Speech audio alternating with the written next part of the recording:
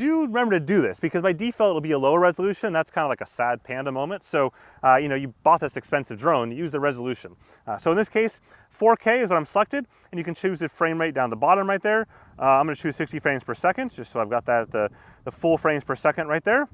And then to the right of that, you see the ability to change my exposure compensation. So I can go ahead and do that by just tapping these options right there. And right now it's exposed quite well, so I don't need to do that. It's a nice sunny day. In fact, one could even argue go down a third of a stop, but I think we're fine where we are. And then you've got that record button to the right of that. So if I tap that right there, that'll start recording. You hear the chirp, that means it's recording. There's also recording buttons and shutter buttons on the top of the controller. So you can see this right here, that recording button. I can simply tap that to record something. And I can also tap this to stop recording. So press that once, it stops recording.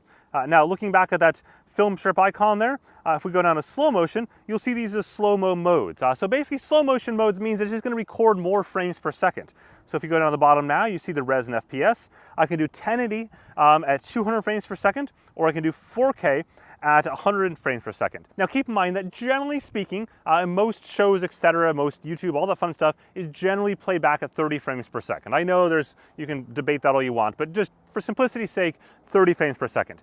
So that means that in the case of 1080p at 200 frames per second, I could slow this down 200 frames per second, divided by 30, 8.5, 9 times, give or take. That means it'll appear 8.5 to 9 times slower when I play it back at normal speed. And in fact, you can see this right now. I think there's some boats or whatever got slow motion on the screen for you, just to kind of look at the way that looks when you slow things down.